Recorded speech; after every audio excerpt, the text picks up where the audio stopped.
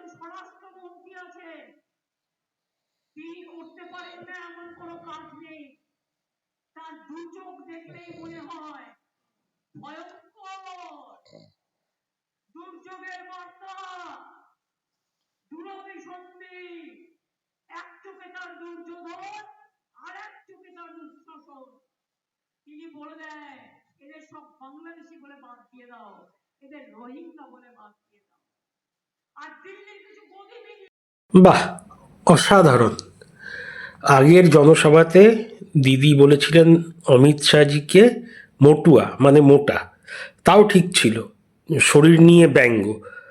আজকে কৃষ্ণনগর নদিয়ায় জনসভাতে তো উনি সব লিমিট ছাড়িয়ে গেলেন। কি বললেন শুনলেন তো? এক চোখে দুঃশাসন, এক চোখে দুর্যোধন।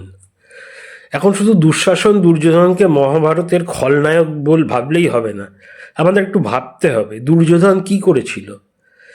দুঃশাসনকে আদেশ দিয়েছিল পাশা খেলার সভাতে দ্রৌপদীকে চুল ধরে টেনে আনতে প্রথমত, তারপর বস্ত্র হরণ করতে, মানে জামা কাপড় খুলে নগ্ন করে দিতে। যদি ভগবান শ্রীকৃষ্ণ না এসে অঢেল জামা কাপড়ের সাপ্লাই দিয়ে আশীর্বাদ না করতেন, একটা অতি জঘন্য জিনিস হতো সেদিন। আর দুঃশাসন কি করেছিল? ও তো আরও খারাপ, ও নিজের হাতে দ্রৌপদীর বস্ত্রহরণ করেছিল।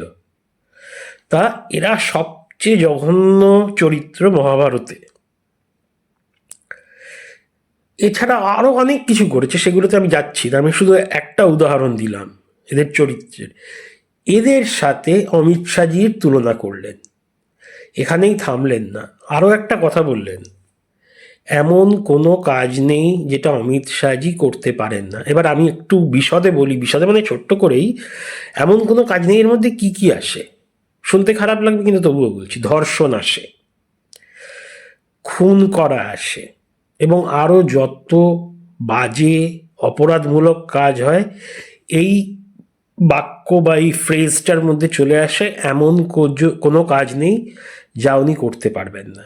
তাহলে মানে সবচেয়ে জঘন্য এক মানুষ যত হতে পারে তার সাথে তিনি আমাদের স্বরাষ্ট্রমন্ত্রীকে তুলনা করলেন। ভুলে যান অমিত শাহ বিজেপির কেউ, উনি ভারতের স্বরাষ্ট্রমন্ত্রী, হোম মিনিস্টার, দ্বিতীয় সবচেয়ে ক্ষমতাসীন মন্ত্রী, এবং পর্যাদা মধ্যেও তাই। অমিত শাহকে পছন্দ না করে, কিন্তু স্বরাষ্ট্রমন্ত্রীকে এরকম আজে বাজে কথা না বললেই না। একটা তো মার্জিতভাবে কথা বলার নিয়ম আছে, আমরা তো যা ইচ্ছা তাই বলতে পারি না। আমি তো এমনও বলতে পারি না কি আপনি মিথ্যে কথা বলছেন, আমি বলি অসত্য বা কথাটা সত্য নয় বা কথাটা ভুল।